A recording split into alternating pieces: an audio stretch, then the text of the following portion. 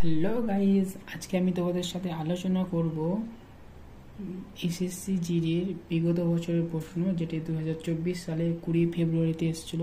9টার সময় যে শিফটের এক্সামটা হয়েছিল, সেই প্রশ্নের ম্যাথ সংক্রান্ত প্রশ্ন নিয়ে তোমাদের সাথে আজকে আমি আলোচনা করব।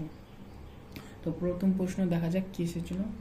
বলেছে, যদি m/n 9:6 হয়, তাহলে m+n/m-n এর মান কত? বলেছে m+n আর m-n, এটাই তো চেয়েছে যে আমি m-কে 9 প্লাস n-কে যদি আমরা 6 ধরি, m 9 - 6, তাহলে কত হচ্ছে? 9×6 = 15, আর এদিকে 9 থেকে 6 বাদ দিলে 3, কাটাকাটি করলে 5:1। এটা তোমাদের অপশন নাম্বার এতে সঠিক উত্তর। পরবর্তী প্রশ্ন, একটি চেয়ারের মুদ্রিত মূল্য 2000 টাকা।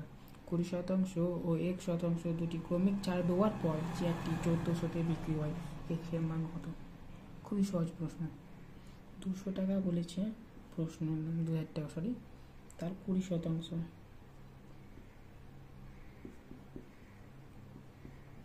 কাটাকুটি করলে হয় 400 টাকা। 2000 থেকে 400 বিয়োগ করলে কত হয়? 1600 টাকা। এই 1600 টাকা থেকে বলে দিয়েছে 1400 টাকার না ভ্যালু, 1400 টাকা হয়েছে। তাহলে কত? 200 টাকা পার্থক্য। কত? 1600-তে 200/1600 × 100, একটা 16,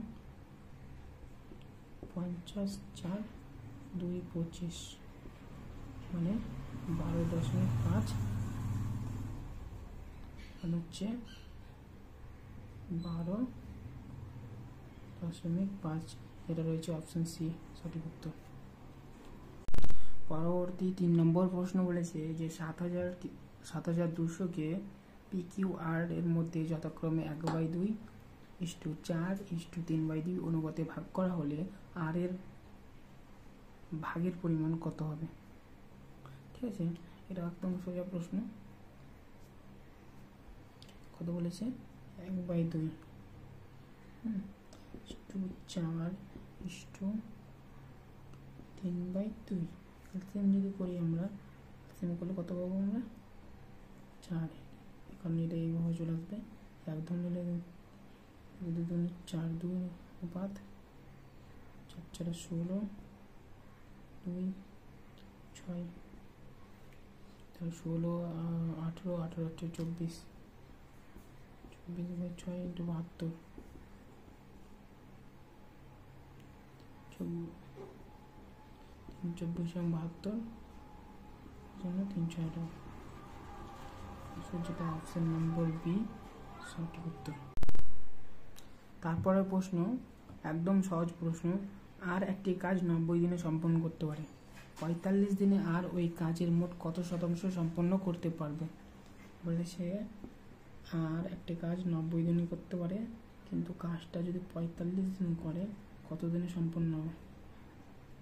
কত শতাংশ সম্পন্ন হবে? পার্সেন্টেজ, মানে একটা কাজ 90 দিনে 45 দিন সম্পন্ন হলে কত পার্সেন্টেজ? 45 × 90, 50, 50%। Option number C. পরবর্তী প্রশ্ন বলেছে, একটি পরীক্ষায় মোট পরীক্ষার্থীর মধ্যে 93% শিক্ষার্থী পাস করেছে এবং 9275 জন শিক্ষার্থী ফেল করেছে। মোট কতজন শিক্ষার্থী পরীক্ষায় বসেছিল? মানে একদম সোজা প্রশ্ন। 100% শিক্ষার্থীর মধ্যে 93% কি করেছে? পাস, আর বাকি যে 7% রয়েছে সেটা ফেল করেছে। ফেলের পার্সেন্টেজ কত বলে? 7, মানে বলে দিয়েছে 9275 জন। তাহলে 1 মানে কত? 1% মানে কত? আর 100 মানে কত?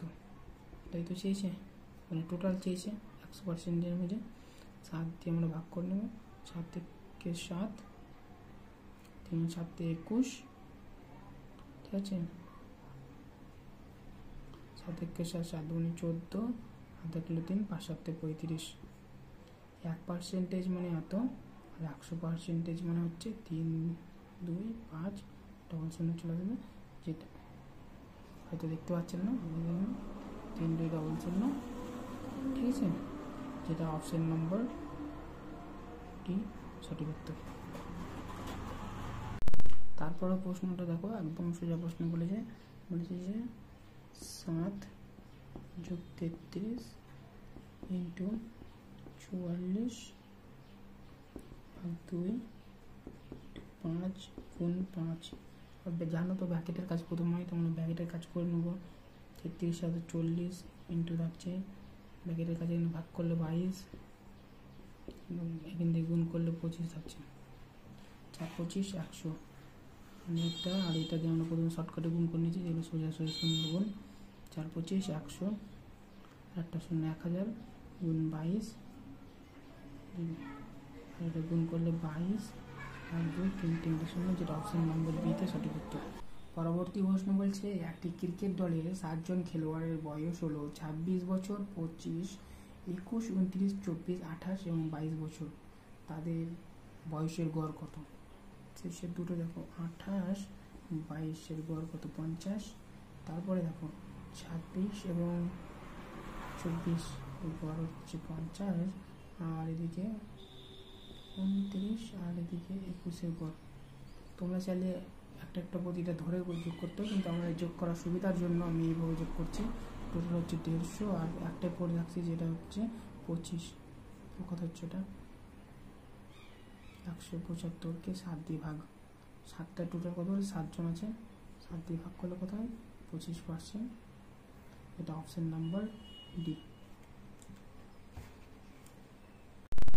পরবর্তী প্রশ্ন, এটাও সোজা একটা প্রশ্ন বলেছে, রোহিত 2320 টাকা দিয়ে একটি পুরনো একটা ব্যাট কিনেছে।